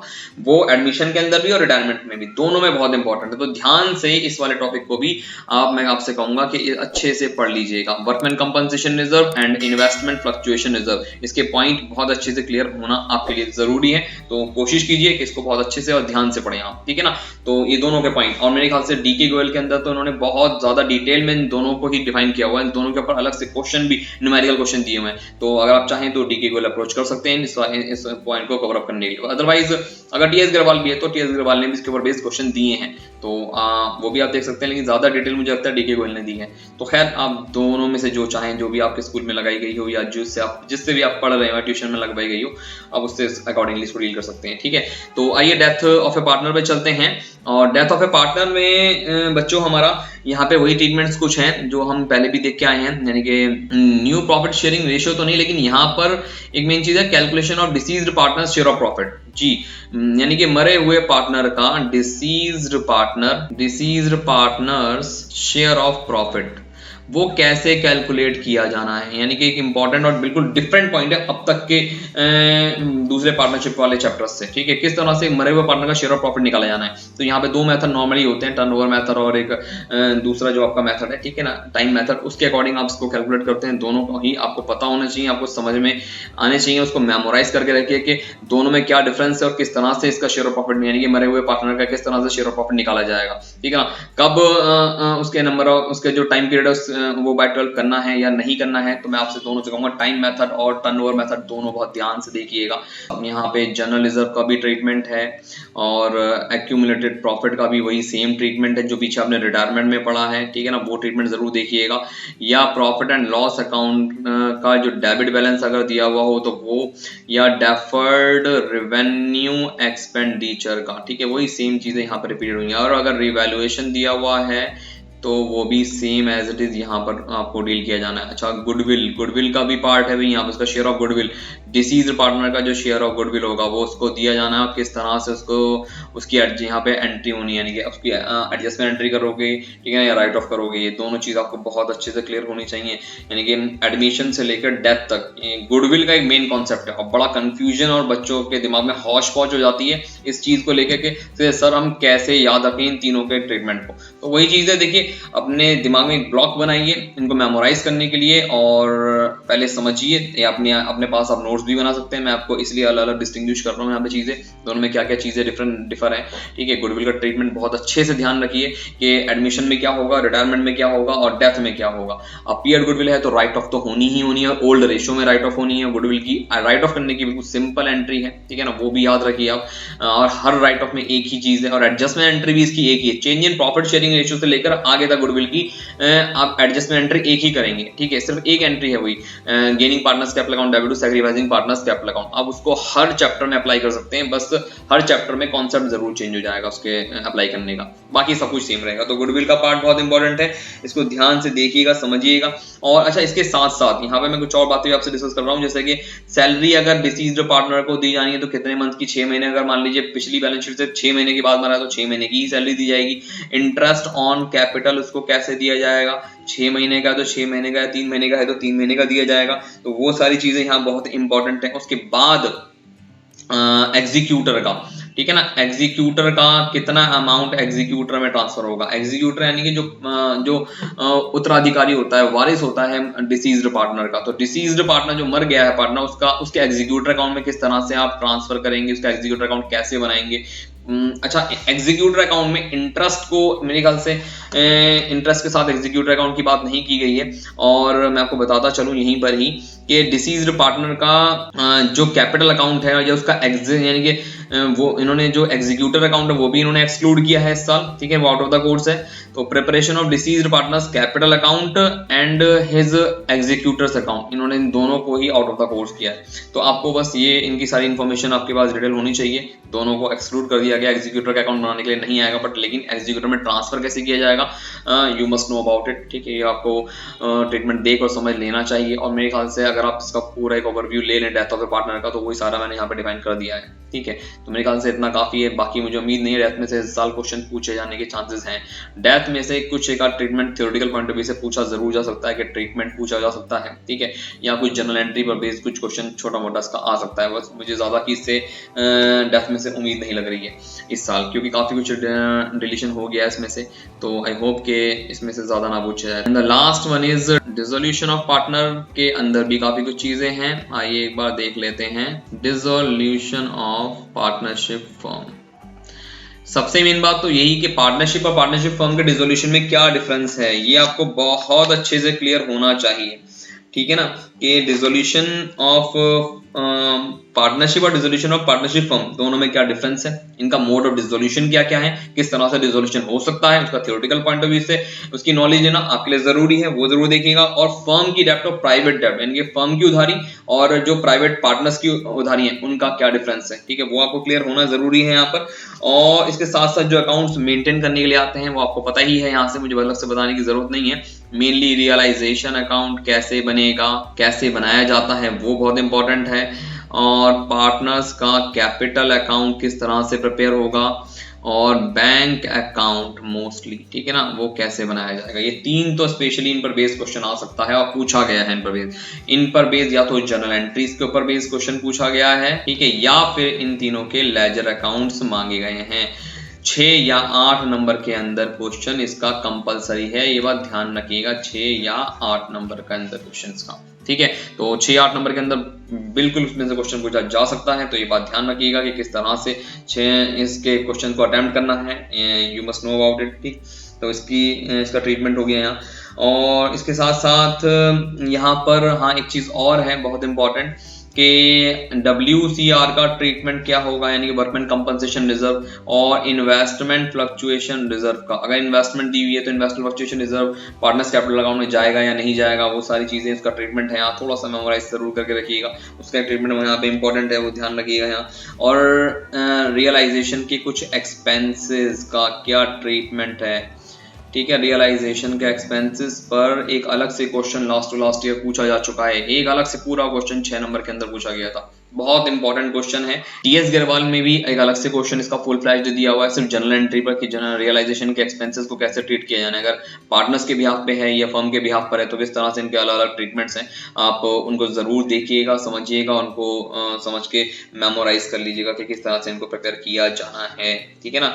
और बाकी मेरे ख्याल से देखिए workman compensation investment fluctuation reserve के साथ साथ में यहीं पे 2 चीज और बताता चल रहा हूँ कि जनरल रिजर्व्स हो गया, ठीक है, या फिर प्रॉफिट एंड लॉस अकाउंट का क्रेडिट बैलेंस है तो उसका ट्रीटमेंट हो गया, या डेबिट बैलेंस है तो उसका ट्रीटमेंट हो गया, या डेफर्ड रेवेन्यू एक्सपेंडिचर दिया हुआ है तो उसका ट्रीटमेंट हो गया। वही जो पीछे आपने पढ़ा वही सारा ट्रीटमेंट लगभग अप्रोक्सीमेटली यहाँ सेम होगा, तो उसको ध्यान से देख लीजिएगा, समझ लीजिएगा। मुझे नहीं लगता कि इससे ज्यादा आउट कोई और चीज दी हुई होगी इसके अंदर, ठीक है। और हाँ गुडविल अगर दी हुई है तो उसका ट्रीटमेंट यहाँ क्या होगा, बिल्कुल सब जितने पीछे चैप्टर्स आपने पढ़े हैं, change in profit sharing ratio से लेकर डेथ तक जो आपने गुडविल का ट्रीटमेंट पढ़ा वहां से यहाँ बिल्कुल अलग है। यहाँ उसको एक नॉर्मल एसेट माना जाता है गुडविल को, यहाँ पे कोई अलग से ट्रीटमेंट गुडविल का नहीं है जी। तो उसको बहुत ध्यान से देखिएगा, समझिएगा क्या ट्रीटमेंट होता है। बच्चे कई बार ये गलती कर देते हैं कि ऊपर गुडविल दी हुई है नीचे गुडविल दी हुई है, ठीक है ना, नीचे एडजस्टमेंट के अंदर तो वो उसको अपीयर ऊपर वाले को अपीयर मान के राइट ऑफ कर देते हैं, नीचे वाले की एडजस्टमेंट एंट्री कर देते हैं। ये बहुत बच्चे गलती कर जाते हैं, तो प्लीज इसका ट्रीटमेंट ध्यान से समझिएगा गुडविल का। और इसके बाद हाँ इंपॉर्टेंट पॉइंट आता है पार्टनर्स लोन। अगर किसी पार्टनर का लोन है तो उसका ट्रीटमेंट क्या होना है, क्या वो रियलाइजेशन में जाना है या नहीं जाना है, या सीधा बैंक अकाउंट से पेड ऑफ होगा, ठीक है ना। दोनों चीजें बहुत इंपॉर्टेंट है। पार्टनर्स लोन बुक का क्या ट्रीटमेंट होगा यहाँ पर, उसको बहुत ध्यान से देखिएगा और समझिएगा, ठीक है, कि उस लोन को कैसे ट्रीट किया जाना है। लोन यहाँ दो हो सकते हैं, एक तो पार्टनर को दिया हुआ यानी कि एक डेबिट, ठीक है, और एक क्रेडिट वाला, तो उन दोनों के ट्रीटमेंट अलग अलग। बहुत इंपॉर्टेंट पॉइंट है, दिया वाले का क्या ट्रीटमेंट होगा, लिया वाले का क्या ट्रीटमेंट होगा। तो दोनों लोन है यहाँ, दोनों का ट्रीटमेंट आपको अच्छे से क्लियर होना चाहिए मेरे ख्याल से यहाँ, ठीक है ना। बस बाकी तो और कुछ नहीं है इसके अंदर, ठीक है। यहाँ बाकी सारी चीजें मैंने आपसे यहाँ डिस्कस करी नहीं है।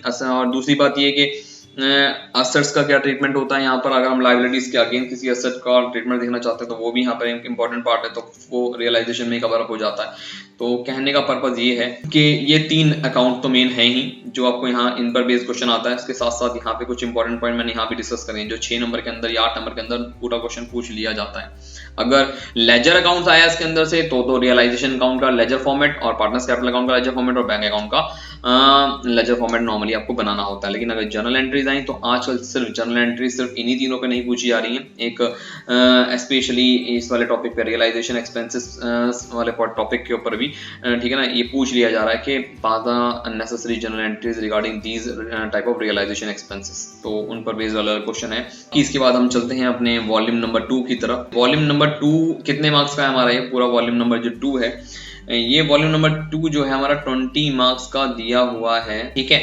और इसमें इस साल तो वही सिर्फ 2 ही चैप्टर इंक्लूड किए गए हैं। पहला तो है शेयर कैपिटल से रिलेटेड, ठीक है ना, इश्यू ऑफ शेयर्स, ठीक, और जो सेकंड है इश्यू ऑफ डिवेंचर। रिडेम्पशन इस साल पूरा डिलीट कर दिया गया है, दोनों मेथड, 2 ही मेथड थे उसके, दोनों मेथड यहाँ से डिलीट कर दिए गए, तो वो आपको पढ़ने की जरूरत बिल्कुल नहीं है। तो मेरे ख्याल से 3 चैप्टर में से 2 ही चैप्टर बच जाते हैं। और आई होप कि जो मुझे लग रहा है इस साल स्पेशली ये 12 मार्क्स का और ये इसमें से 8 नंबर का क्वेश्चन पूछे जाने के फुल चांसेस हैं इनके। अगर मैं कंपनी अकाउंट्स की बात करूं, पूरा वॉल्यूम जो 2 है ये हमारा कंपनी अकाउंट्स पर बेस्ड है भाई, कंपनी अकाउंट्स, ठीक है। और कंपनी अकाउंट्स के अंदर आपको अच्छे से पता लग गया होगा, कंपनीज एक्ट 2013 अप्लाई किया जाएगा और 2013 के बाद बहुत चेंजेस हुए हैं। 2013 के बाद 14 में भी काफी सारे प्रोविजन अप्लाई किए गए हैं इस एक्ट यानी कंपनीज एक्ट 2013 में, तो बहुत सारे चेंजेस हुए। उसके साथ हमें यहाँ पार्टनरशिप में जिस तरह की हम एक हॉरिजॉन्टल फॉर्मेट बनाते थे बैलेंस शीट का, वो यहाँ पर वर्टिकल हो जाता है। और वर्टिकल में पूरी बैलेंस शीट किस तरह से बैलेंस शीट में शेयर कैपिटल रिप्रेजेंट होगी बैलेंस शीट में, वो आपको यहाँ पे दिखाना और समझाना बहुत ज्यादा जरूरी है, ठीक है। और ये आपके सिलेबस में भी है, मैं आपको बताता चलूं कि how to represent the share capital into the company's balance sheet. Company के बैलेंस शीट में कैसे शेयर कैपिटल को रिप्रेजेंट किया जाएगा, वो सारी चीज यहाँ पर आपके कोर्स में है, बाकी इसके बाद का कोर्स में नहीं है। मतलब शेयर कैपिटल तक है कि how to represent share capital into the company's balance sheet. इसमें शेयर कैपिटल में आपको क्या क्या पढ़ना है। शेयर कैपिटल में कंपनी का मतलब, काइंड्स ऑफ कंपनी, ठीक है ना, कितने तरह की कंपनी होती है, प्राइवेट कंपनी और पब्लिक कंपनी में क्या डिफरेंस है, दोनों का ये थ्योरेटिकल पॉइंट ऑफ व्यू से बता रहा हूं मैं आपको, ठीक है। प्राइवेट और पब्लिक कंपनी में क्या डिफरेंस है, कितने तरह के शेयर्स होते हैं, इक्विटी और प्रेफरेंस शेयर में क्या डिफरेंस होता है, प्रेफरेंस शेयर को प्रेफरेंस शेयर्स क्यों कहा जाता है, वो बात आपको पता होना चाहिए। शेयर कैपिटल और उनके काइंड, कितने तरह की शेयर कैपिटल होती है, उनके काइंड, कितने तरह का मतलब कितने टाइप से हम शेयर कैपिटल को डिफाइन करते हैं, वो बहुत जरूरी है। और रिजर्व कैपिटल और कैपिटल रिजर्व में डिफरेंस बहुत जरूरी है। रिजर्व कैपिटल और कैपिटल रिजर्व में डिफरेंस, ये भी आपको जरूर पता होना चाहिए। और कंपनीज बैलेंस शीट, ठीक है ना, थोड़ा सा इसका रिव्यू जरूर लीजिएगा। कंपनी की बैलेंस शीट अगर आप याद कर लेते हैं यहाँ पर, तो वो आपको वॉल्यूम नंबर 3 के 3rd चैप्टर के अंदर बहुत मददगार साबित होगी आपके लिए, अगर आप उसे यहीं ही याद कर लेते हैं इसी चैप्टर के अंदर। तो आई होप कि आपको यहाँ से ये वाले पॉइंट क्लियर हो गए। इसके बाद जब शेयर इशू होते हैं तो 2 कंसिडरेशन पे इशू होते हैं, फॉर कैश और नॉन कैश कंसिडरेशन। तो इन दोनों का ट्रीटमेंट और दोनों की एंट्रीज क्या होती हैं आपको पता होना चाहिए। Private placement of shares, public placement of shares, इसके बारे में नॉलेज आपको होनी चाहिए, ठीक है ना। वो आपको याद करना है, समझना और ये भी समझते हुए चलना है कि किस तरह से इनके शेयर इशू किए जाते हैं। अच्छा, शेयर जो है वो लमसम पे इशू होंगे, ठीक है ना, या इंस्टॉलमेंट पे इशू होंगे, वो सारी चीजें आपको पता होनी चाहिए, वो आपको क्लियर होना चाहिए। ओवर सब्सक्रिप्शन, इसमें बहुत इंपॉर्टेंट पॉइंट है, ओवर सब्सक्रिप्शन। तो ओवर सब्सक्रिप्शन हो गया, इस पर बेस्ड एक अंडर सब्सक्रिप्शन का भी एक क्वेश्चन आता है कि ओवर सब्सक्रिप्शन और अंडर सब्सक्रिप्शन के क्वेश्चंस को किस तरह से डील किया जाएगा, बहुत इंपॉर्टेंट है। कैश बुक कैसे बनानी है, ठीक है ना, कई बार बच्चे कैश बुक की प्रैक्टिस करके नहीं जाते हैं, जो कैश ट्रांजैक्शन सिर्फ वो ही यहाँ पर आने होते हैं, तो कैश बुक आपको अच्छे से समझना है। और बहुत इंपॉर्टेंट और मुश्किल कॉन्सेप्ट बच्चों के लिए, बट ये बिल्कुल भी मुश्किल नहीं है, प्रोराटा। इसमें मैं आपको बताता चलूँ कि प्रोराटा के 3 टाइप होते हैं। ठीक है ना। एक तो कंप्लीट रिजेक्शन है, एक पार्शियल प्रोराटा और एक प्रोराटा है। तो ये तीनों टाइप्स को यहाँ प्रोराटा वाले क्वेश्चन में कैसे अप्लाई करना है, कोई मुश्किल कॉन्सेप्ट नहीं है, सिर्फ एक एंट्री इसमें अगर आपने सीखनी है तो प्रोराटा वाली सीख लीजिए कि एप्लीकेशन पे कितना एक्सेस एप्लीकेशन मनी अगली कॉस्ट पर एडजस्ट होना है, वही प्रोराटा है। हाँ, और अगर कोई डिफॉल्ट करता है तो आगे फोर फीचर से रिलेट कर दिया जाता है अगर प्रोराटा को, तो थोड़ा सा कॉम्प्लिकेशन बढ़ जाता है, बट वो भी उतना मुश्किल नहीं है। अगर आप समझेंगे, दिमाग लगाएंगे, then it will be very easy for you to understand the concept of pro rata, ठीक है ना। तो आप समझ सकते हैं, मुझे उम्मीद है कि इतना मुश्किल कॉन्सेप्ट नहीं है इसके साथ साथ, ठीक है। इसके अलावा कॉल्स इन एरियर्स और एडवांस, ठीक, ये बहुत ध्यान से देख लीजिएगा किस तरह से कॉल्स इन एरियर्स का कॉन्सेप्ट की एंट्रीज होती हैं, कॉल्स इन एडवांस की किस तरह से एंट्रीज होती हैं, ये आपको पता होना बहुत ज्यादा जरूरी है, ठीक है। और इसके बाद अगर हम चलें तो प्रमोटर्स और अंडरराइटर्स को किस तरह से शेयर इशू होते हैं, इस पर बेस्ड एक आधा ही क्वेश्चन है बुक के अंदर, बस सिर्फ अपनी काइंड ऑफ इंफॉर्मेशन के लिए पढ़ लीजिएगा। प्रमोटर और अंडरराइटर्स को किस तरह से शेयर इशू किए जाते हैं, ठीक है ना, वो जरूर देख लीजिएगा। और बहुत इंपॉर्टेंट पॉइंट है बच्चों, उसके बाद फोर फीचर ऑफ शेयर का फोर फीचर, और उसके बाद अगर हम देखें तो उसका रीइश्यू, ये सबसे ज्यादा इंपॉर्टेंट है। उसके बाद जो कैपिटल रिजर्व में अमाउंट ट्रांसफर होता है वो आपको अच्छे से क्लियर होना चाहिए। इस पर बेस्ड क्वेश्चन कीजिएगा, बहुत इंपॉर्टेंट है, आता है इस पर क्वेश्चन। और मुझे इस बार उम्मीद है कि प्रोराटा के साथ फोर फीचर मिक्स करके क्वेश्चन कंपलसरी 8 या 6 नंबर के अंदर जरूर पूछा जाता है। बहुत इंपॉर्टेंट पॉइंट है प्रोराटा, और देखिए ये जो प्रोराटा है और एक फोर फीचर है, ठीक है ना, इन दोनों से रिलेटेड एक 6 या 8 नंबर का क्वेश्चन कंपलसरी जरूर पूछा जाएगा, ध्यान रखिएगा 6-8 नंबर का क्वेश्चन। और इसके साथ साथ, ठीक है, कॉल सिनेरियो से कॉल एडवांस के ऊपर अलग से क्वेश्चन पूछा जा सकता है। और कई बार ऐसा भी होता है कि सिर्फ फोर फीचर और रीइश्यू से रिलेटेड, कई बार ऐसा किया जा रहा है कि फोर फीचर और रीइश्यू से रिलेटेड छोटे छोटे क्वेश्चंस के 2 पार्ट 4 नंबर में या 6 नंबर के अंदर पूछ लिए जा रहे हैं, ठीक है। तो वो बात बहुत ध्यान से रखिएगा कि रीइश्यू के ऊपर पार्ट जो आता है 6 नंबर के अंदर कई बार पूछ लिया जा रहा है। हाँ, 8 नंबर वाले के अंदर जरूर ये है कि उसमें प्रोराटा के साथ साथ अप्लाइड और अलॉटेड शेयर्स का कॉन्सेप्ट आ जाता है। फिर उसमें अनपेड अमाउंट ऑफ अलॉटमेंट भी होती है कि कितना अमाउंट अलॉटमेंट पे नहीं पे करा है वो निकालना, तो वर्किंग नोट वाला पार्ट आ जाता है जिसमें हैवी क्वेश्चन है पूरा, एक फुल फ्लैज्ड क्वेश्चन जो इसका होता है वो चीज देखिए इसमें है और इम्पोर्टेंट है। और दूसरा बैलेंस शीट में, वो भी शेयर कैपिटल कैसे बैलेंस शीट में शो की जाएगी, how to represent the share capital into the company's balance sheet as per the company's act 2013, ठीक है ना। कंपनीज एक्ट 2013 के अकॉर्डिंग कैसे रिप्रेजेंट की जाएगी, ये आपको इसका रिप्रेजेंटेशन जरूर सीख लेना है। एक इंपॉर्टेंट पॉइंट और भी इसमें से पूछ लिया जाता है एम्प्लॉय स्टॉक ऑप्शन प्लान का, ठीक है ना। इसमें क्या होता है, एम्प्लॉय स्टॉक ऑप्शन प्लान के ऊपर बेस्ड एक छोटा सा कॉन्सेप्ट है, ये एनसीईआरटी में दिया हुआ है, बाकी सारी बुक्स ने ज्यादातर हटा दिया है और एनसीईआरटी में ही है। तो एनसीईआरटी के पॉइंट ऑफ व्यू से थोड़ा सा मैं आपको बता रहा हूँ कि इसको थोड़ा सा एक बार जरूर देख लीजिएगा। नॉन कैश कंसिडरेशन पे जो शेयर्स इश्यू किए जाते हैं नॉन कैश कंसिडरेशन में, जिसे आप परचेज कंसिडरेशन भी कहते हो, तो जो परचेज कंसिडरेशन पे शेयर इश्यू किए जाते हैं उनका किस तरह से ट्रीटमेंट होता है, किस तरह से उनकी जनरल एंट्रीज रिकॉर्ड की जाती हैं, वो सारी चीजें, वो सारी बातें यहाँ हम चलिए आगे चलते हैं। इसके बाद तो मेरे ख्याल से ये आपके यहाँ पर जो है ना ओवरऑल 12 मार्क्स आप समझ पा रहे होंगे कि किस तरह से पूरे हो जाएंगे।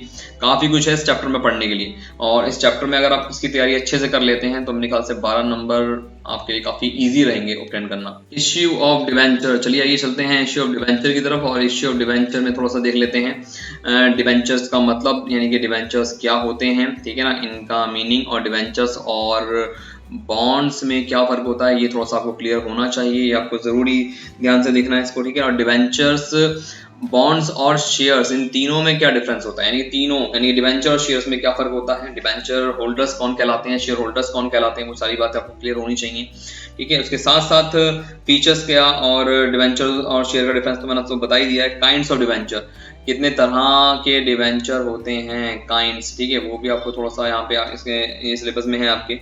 और डिवेंचर्स कितने प्राइसेस पर इशू होता है, पार, प्रीमियम, डिस्काउंट। पीछे शेयर जो था वो सिर्फ 2 प्राइसेस पर इशू होता है, ठीक है, पार और प्रीमियम, लेकिन यहाँ डिवेंचर्स जो है वो पार, प्रीमियम, डिस्काउंट तीनों पे इशू होते हैं। तो इनके एंट्रीज क्या क्या लगेंगी। और यहाँ पे भी छोटा सा एक कॉन्सेप्ट है प्रोराटा का, प्रोराटा भी जरूर देख लीजिएगा। इशू ऑफ डिवेंचर के अंदर डिवेंचर अगर इशू किए जाते हैं तो प्रोराटा का कॉन्सेप्ट इन पे कैसा है, क्या पुराना मतलब इशू रेशियो ऑफ शेयर जैसा ही है या उससे कुछ थोड़ा सा अलग है, तो वो चीज। और दूसरी बात, डिबेंचर्स को बैलेंस शीट में कैसे रिप्रेजेंट किया जाएगा, डिबेंचर्स को बैलेंस शीट में कहां और कैसे रिप्रेजेंट किया जाएगा वो बहुत इंपॉर्टेंट है। तो ये देख लीजिएगा, नॉन कैश कंसिडरेशन यहाँ पे भी है, ध्यान रखिएगा, नॉन कैश कंसिडरेशन, और उस पर बेस्ड इंपॉर्टेंट क्वेश्चन है, कई बार अलग से पूछा गया है, ये बात ध्यान रखिएगा। Non cash consideration important part है, यानी कि डिबेंचर्स भी कई बार नॉन कैश कंसिडरेशन पे इशू होते हैं, तो वो चीज। तो कोलेटरल सिक्योरिटी पे तौर पे डिबेंचर जो इशू किए जाएंगे वो बहुत इंपॉर्टेंट है। इसके अंदर दो मेथड है इसके, के पहले मेथड में जब जनरल एंट्रीज रिकॉर्ड की जानी है, दूसरा जब जनरल एंट्रीज रिकॉर्ड नहीं की जानी है, तो दोनों मेथड के अकॉर्डिंग बैलेंस शीट का में किस तरह से इनको रिप्रेजेंट किया जाएगा वो बहुत इंपॉर्टेंट है क्वेश्चन, काफी इसका इंपॉर्टेंट क्वेश्चन है। तो ये बात ध्यान रखिएगा कि नॉन कैश कंसिडरेशन हो गया, ये इंपॉर्टेंट है, और कोलेटरल सिक्योरिटी के भी इंपॉर्टेंट है, बहुत ध्यान से इसके क्वेश्चंस को ट्राई कीजिएगा, ठीक है।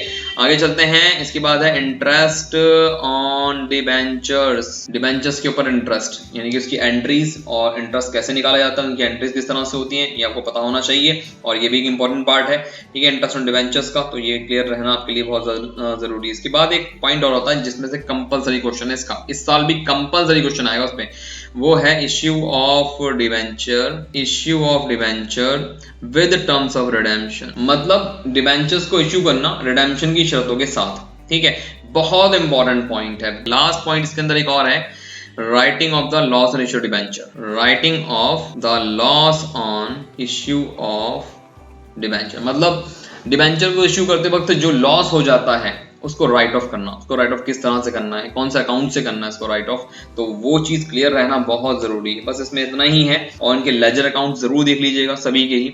और एक चीज और कि जो इंटरेस्ट ऑन डिबेंचर है आपका, ये विद टीडीएस जरूर देखिएगा, विद टीडीएस में टीडीएस वाला क्वेश्चन आता है साथ में, तो टीडीएस के साथ जरूर देखिएगा, ठीक है। और इसके अलावा जो लेजर अकाउंट्स हैं, यानी कि अलग अलग जो लेजर अकाउंट बनाए जाते हैं इनके, डिबेंचर्स का अकाउंट किस तरह से बनेगा, और अलग अलग डिबेंचर एप्लीकेशन अकाउंट किस तरह से बनेगा, ठीक है, 10% डिबेंचर है तो 10% डिबेंचर अकाउंट कैसे बनाया जाएगा, लेजर अकाउंट उसका, ठीक है, इजी है। जनरल एंट्रीज पता है तो लेजर पोस्टिंग में कोई बहुत बड़ी प्रॉब्लम आपको नहीं होने वाली, बस इनका एक बार देख लीजिएगा कि ट्रीटमेंट क्या है, किस तरह से होता है। तो अब मैं सीधा वॉल्यूम 3 की तरफ चल रहा हूँ। ये 20 मार्क्स का है, कितने मार्क्स का है ये, 20 मार्क्स का। आइए इसमें से कुछ जल्दी जल्दी से इनके कुछ पॉइंट कवर अप करते हुए चलते हैं। 5 चैप्टर हैं, ठीक है। ये जो 5 चैप्टर हैं, financial statement of A company से रिलेटेड, पहला तो फाइनेंशियल स्टेटमेंट की थ्योरी है पूरी की पूरी, फाइनेंशियल स्टेटमेंट ऑफ कंपनी, ठीक है ना, ये पूरा थ्योरेटिकल चैप्टर है इसके अंदर। दूसरे में फाइनेंशियल स्टेटमेंट का एनालिसिस दिया हुआ है। तीसरे में एनालिसिस के लिए टूल्स डिफाइन किए गए हैं, वो टूल्स मैंने आपको बताए थे क्या क्या होते हैं, कंपैरेटिव या कॉमन साइज बैलेंस शीट, या ये मान लीजिए कि इनकम स्टेटमेंट, ठीक, ये चीज है, यानी कि कंपैरेटिव बैलेंस शीट भी हो सकती है, कॉमन साइज इनकम स्टेटमेंट भी हो सकती है, कंपैरेटिव इनकम स्टेटमेंट भी हो सकती है, और कॉमन साइज इनकम स्टेटमेंट भी हो सकती है। तो 4 यहाँ पर टूल्स हैं दिए हुए, कंपैरेटिव बैलेंस शीट, और comparative income statement, common size balance sheet और कॉमन साइज इनकम स्टेटमेंट। इन चारों टूल्स को किस तरह से यहाँ पे यूज किया जाना है वो यहाँ पे दिया हुआ है, यहाँ बताया हुआ है, तो वो टूल बहुत इंपॉर्टेंट है। इस पर बेस्ड इंपॉर्टेंट 4 नंबर का क्वेश्चन है, बिल्कुल आता ही आता है 4 नंबर का क्वेश्चन इस पे से, ठीक है ना। वो टूल यानी कि अब इनमें से हो सकता है कि कॉमन साइज इनकम स्टेटमेंट आ जाए, कॉमन साइज बैलेंस शीट का क्वेश्चन आ जाए, या कंपैरेटिव इनकम स्टेटमेंट या कंपैरेटिव बैलेंस शीट का क्वेश्चन आ जाए। तो डिपेंड करता है कि आप ये इन चारों टूल्स को अच्छे से ध्यान से देखिए, समझिए, और उनका फॉर्मेट स्पेशली याद कर लीजिए। इसका फॉर्मेट आपको याद होगा, then you can do it very easily, ठीक है ना। ये 4 नंबर आपके लिए बहुत आसान हो जाएंगे। कई बार फॉर्मेट दिया हुआ भी होता है तो आप उसको बस सिर्फ कंपेयर करना होता है, तो वो आप कंपेयर भी कर सकते हैं, लेकिन अगर उन्होंने फॉर्मेट नहीं दिया और सिंपली नॉर्मल पॉइंट्स दे दिए तो उनको आप कैसे बैलेंस शीट में और इनकम स्टेटमेंट में दिखाएंगे, आपके लिए बहुत बड़ी प्रॉब्लम बन सकती है। तो इसलिए इसका फॉर्मेट याद हो तो आपके लिए काफी बेनिफिशियल रहेगा। तो आई होप कि आपको 4 नंबर यहाँ पक्के करने में आसानी होगी, ठीक है। और उसके बाद हम चलते हैं रेशो एनालिसिस पर। रेशो एनालिसिस का पूरा एक चैप्टर है अकाउंटिंग रेशोज के नाम से, यानी कि हम यहाँ पर जो एनालिसिस करते हैं वो रेशोज के जरिए करते हैं, और उसमें काफी सारी इंपॉर्टेंट रेशोज हैं मैं आपसे डिस्कस करने वाला हूँ। यहाँ पे करंट रेशो बहुत इंपॉर्टेंट है। करंट रेशो के साथ साथ लिक्विड रेशो जरूर देख लीजिएगा। लिक्विड रेशो, करंट रेशो, इनके क्वेश्चंस टीएस ग्रेवाल में भी और डी ग्रेवाल में भी अलग दोनों में ही इंपॉर्टेंटली दिए हुए हैं, ध्यान से देख लीजिएगा। प्रोप्राइटरी रेशो भी एक इंपॉर्टेंट है इसके अंदर, प्रोप्राइटरी रेशो। प्रोप्राइटरी रेशो के साथ साथ हमारी ROI, रिटर्न ऑन इन्वेस्टमेंट, काफी इंपॉर्टेंट है इसके अंदर। रिटर्न ऑन इन्वेस्टमेंट के बाद नेट प्रॉफिट रेशो, बहुत इंपॉर्टेंट है नेट प्रॉफिट रेशो। इसका फॉर्मूला हो गया, किस तरह से इसके क्वेश्चन अटेम्प्ट किए जाते हैं, वो सारी चीजें। और inventory turnover ratio, inventory turnover ratio यानी कि किस तरह से इन्वेंट्री का एक रिलेशन हम यहाँ पर रेशो के फॉर्म में निकालते हैं, ठीक है। पूरा इन्वेंट्री टर्नओवर रेशो का फॉर्मूला हो गया, और किस तरह से इसके क्वेश्चंस को अटेम्प्ट करेंगे हम। और उसके साथ साथ कई बार कॉस्ट ऑफ गुड्स सोल्ड और दूसरे आइटम भी हमें निकालने होते हैं, तो ये चीज़ें काफ़ी सारी कुछ इंटरकनेक्टेड होती हैं। बट यहाँ 4 नंबर के क्वेश्चन के लिए आपको कुछ क्वेश्चन मैं समझता हूँ कि इनकी प्रैक्टिस ज़रूर कर लेनी चाहिए, ठीक है ना। और वो जो क्वेश्चंस होंगे वो आपको 4 नंबर, यानी कि अगर आप माने यहाँ रेशो एनालिसिस पूरा 4 मार्क्स का चैप्टर है, यानी कि 4 नंबर में एक अलग से क्वेश्चन इसका आना ही आना है, ठीक है। अगर आप किसी भी रेशो का नॉर्मली, ठीक है, सिर्फ फॉर्मूला भी पुट कर देते हैं तो 150-2 मार्क्स आपके फॉर्मूले पुट करके वैल्यू पुट करने के मिल जाते हैं, लेकिन उनको पूरा सॉल्व करने के 4 नंबर आपको पूरे मिलेंगे, ठीक है। तो अगर आपको फॉर्मूले भी अच्छे से याद है तो मुझे लगता है ये टॉपिक आराम से आपका हो जाएगा, ठीक है। तो इसके अंदर यही है, और भी बहुत सारी रेशोज हैं, हालांकि इसमें और भी बहुत सारी रेशोज हैं, आप वो भी ध्यान से देख और समझ सकते हैं। बट मैं आपसे यही कहूँगा कि इन सारे पॉइंट्स को अच्छे से ध्यान से देखिएगा और समझिएगा, और इनके स्पेशली फॉर्मूले ज़रूर याद कर लीजिएगा। और हाँ, एक बात और बहुत ज़रूरी कि यहाँ इनके फॉर्मूले मैंडेटरी हैं, यानी कि बिना फॉर्मूले लिखे आप नंबर ऑब्टेन नहीं कर सकते यहाँ। तो फॉर्मूले याद ज़रूर कीजिए और एग्जाम में लिख कर भी आइए, ताकि उसी में ही उनकी वैल्यूज पुट की जा सके, ठीक है ना। तो 4 नंबर का चैप्टर है, सारी रेशोज अगर आप फॉर्मूले याद कर सकते हैं तो it's well and very good कि आप हर चीज़ के लिए तैयार रहें। वरना इंपॉर्टेंट तो मैंने यहाँ बता ही दी हैं, वो भी आप देख सकते हैं। इसके साथ साथ अब मैं एक रिकमेंड और करूँगा कि आपको एक चीज़, वो ये कि इसके फॉर्मूले ज़रूर याद करके वहाँ पहले फॉर्मूले लिखिएगा, उसके बाद उनकी वैल्यूज़ को पुट कीजिएगा, ठीक है ना। तो आपके लिए मार्क्स मिलने में आसानी होगी। तो आई होप यहाँ तक आपको क्लियर हुआ होगा। उसके बाद हम चलते हैं आगे, और वो अगला जो पॉइंट है हमारा, लास्ट चैप्टर है हमारा इस पूरे अपने सिलेबस का, वो है कैश फ्लो स्टेटमेंट। बहुत इंपॉर्टेंट और सबसे एक तो लास्ट भी है, सबसे हैवी चैप्टर भी है अब तक का ये, ठीक है ना। और इसमें से 8 मार्क्स का कंपलसरी क्वेश्चन है। हाँ, ये जरूर हो जाता है कि इसमें 6 नंबर का क्वेश्चन आ गया फुल फ्लैश्ड और 2 नंबर की थ्योरी पूछ ली गई, बट 8 मार्क्स का तो कंपलसरी है ये पूरा चैप्टर। 8 मार्क्स का पूरा एक फुल फ्लैश्ड क्वेश्चन भी आ जाता है, ये भी बात ध्यान में रख के चलिएगा। तो कैश फ्लो स्टेटमेंट में क्या है, इसका मतलब हो गया तीनों एक्टिविटीज हो गई, ऑपरेटिंग, इन्वेस्टिंग और फाइनेंसिंग क्या होती हैं। ऑपरेटिंग क्या होती है, इन्वेस्टिंग क्या होती है, फाइनेंसिंग एक्टिविटीज, ठीक है ना। इन तीनों एक्टिविटीज का मतलब आपको स्पेशली पता होना चाहिए, ठीक है ना। और उसके साथ साथ हाँ, मैं आपसे ये जरूर कहूंगा कि अगर आप क्वेश्चन कर रहे हैं, अच्छा, एक तो इन तीनों एक्टिविटीज के साथ इसका एक फॉर्मेट अलग से दिया हुआ है, उन फॉर्मेट्स के अंदर क्या ऐड होना है, क्या लेस होना है, ये पूरा फॉर्मेट के अंदर स्पेशली आप जरूर याद कीजिएगा, ठीक है। बहुत इंपॉर्टेंट है, पूरा जो फॉर्मेट दिया हुआ है बुक के अंदर भी है, और बुक में इसका फॉर्मेट दिया हुआ है, हर बुक के अंदर इसका अलग से फॉर्मेट दिया हुआ है। चाहे आप टी एस अग्रवाल को अप्रोच करें या फिर DK गोयल को अप्रोच करें, इन दोनों के अंदर ही इसका फॉर्मेट दिया हुआ है। तो फॉर्मेट को जरूर अच्छे से याद कीजिएगा, ठीक है ना। काफी इंपॉर्टेंट रहेगा आपके लिए ऐड और लेस करने के अंदर। और अगर आप इसको सिर्फ समझ के ऐसे ही करने की कोशिश करेंगे तो बहुत प्रॉब्लम हो सकती है, कुछ पॉइंट भूल सकते हैं आप, तो इसको जरूर याद कर लीजिएगा इसके एक फॉर्मेट को, ठीक है। और उन फॉर्मेट्स को करते हुए, अगर आप क्वेश्चन कर रहे हैं फॉर्मेट्स में करते हुए, कुछ एक आध पॉइंट जो जरूरी लगे मुझे वो मैं आपके साथ शेयर कर रहा हूँ, उनके ट्रीटमेंट जरूर देख लीजिएगा। एक तो है प्रोविजन फॉर टैक्स, इसका ट्रीटमेंट क्या होता है वो ध्यान से देखिएगा। और प्रपोज्ड डिविडेंड यानी कि इसका ट्रीटमेंट किस तरह से होगा वो चीज़, यानी कि इनकी वैल्यूज कहाँ, कौन सी ऐड होनी, कौन सी लेस होनी है, वो आपको उसका ट्रीटमेंट की बात कर रहा हूँ मैं यहाँ। इनकम टैक्स, ठीक है ना, उसका ट्रीटमेंट इनकम टैक्स का, या फिर अगर इनकम टैक्स रिफंड किया गया है तो उसका क्या ट्रीटमेंट होगा, वो इसका ट्रीटमेंट मतलब ऐड लेस कहाँ होगा, कैसे होगा, तो बहुत ध्यान से देख लीजिएगा, ठीक है। इसके अलावा फिक्स्ड एसेट का अकाउंट कई बार बनाने के लिए आता है, मान लीजिए मशीनरी अकाउंट है या फिक्स्ड एसेट का जो भी अकाउंट बनाने के लिए आता है, या फिक्स्ड एसेट अकाउंट के साथ साथ कई बार एक्यूमुलेटेड डेप्रीसिएशन अकाउंट भी बनाना पड़ जाता है। दोनों से अलग अलग वैल्यू निकालनी पड़ती है, कौन सी वैल्यू कहाँ जाएगी।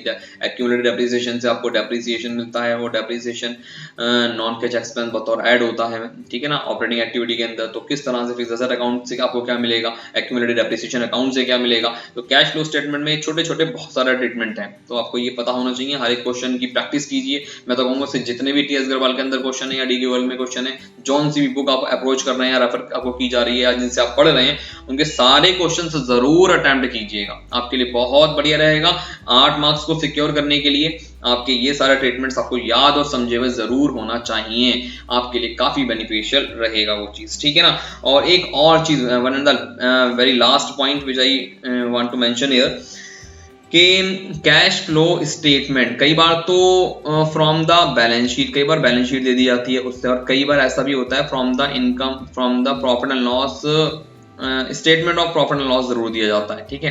अगर statement of profit and loss से आपको कैश फ्लो स्टेटमेंट बनाना है तो क्वेश्चन कैसे होगा, और बैलेंस शीट से अगर क्वेश्चन बनाना है तो क्वेश्चन कैसे होगा, दोनों एक अलग चीज है, बहुत इंपॉर्टेंट है, बच्चे इसको इग्नोर करते हैं, ठीक है। इनको बहुत ध्यान से देखिएगा और समझिएगा।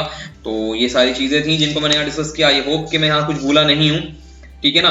और मैंने इसलिए कुछ चीज़ें यहाँ पर लिख ली थी अपने पास और उसी के अकॉर्डिंग मैंने आपको यहाँ डिस्क्राइब करने की कोशिश की है। वैसे तो मुझे उम्मीद नहीं है कि कुछ रहा है, मैंने बहुत ध्यान से सब चीज़ों को यहाँ एक्सप्लेन कर दिया है। मैंने पूरा सिलेबस का रिव्यू दे दिया है आपको कि इस पूरे सिलेबस के रिव्यू में, ठीक है ना, आप ये जज कर पाएंगे कि किस तरह से हमें कौन से पार्ट पर ज़्यादा फोकस करना है, कौन से पार्ट पर हमें कम फोकस करना है और किसको इग्नोर नहीं करना है, ठीक है ना। यहाँ मैंने सारी 1 to 1 सारी चीज़ें यहाँ मैंने आपको ओवरऑल डिस्क्राइब कर दी हैं। तो मुझे उम्मीद है कि इतना आपको इससे थोड़ी काफ़ी आपको आसानी होगी। अच्छा, वन मोर थिंग जो कि मुझे यहाँ दिख रही है कि आप ये सोच रहे होंगे सर 8 मार्क्स का तो कैश फ्लो हो गया, 4 मार्क्स का रेशियो एनालिसिस हो गया और 4 मार्क्स का ही हमारा ये टूल्स वाला चैप्टर हो गया, तो बाकी कहाँ गए 4 मार्क्स? तो बाकी मैं आपको बता दूं, ये 4 नंबर की थ्योरी यहाँ से कवर होती है, ये जाकर जो है आपके 20 मार्क्स कवर अप होते हैं इस तरह से, ठीक है ना। फर्स्ट और सेकंड चैप्टर में से थ्योरी 4 मार्क्स की पूछी जाती है, तो इस तरह से 20 मार्क्स कवर अप हो रहे हैं आपके। तो आई होप कि आप यहाँ तक सब कुछ समझ गए होंगे। तो 20 मार्क्स का आपका वॉल्यूम नंबर 3 हो गया,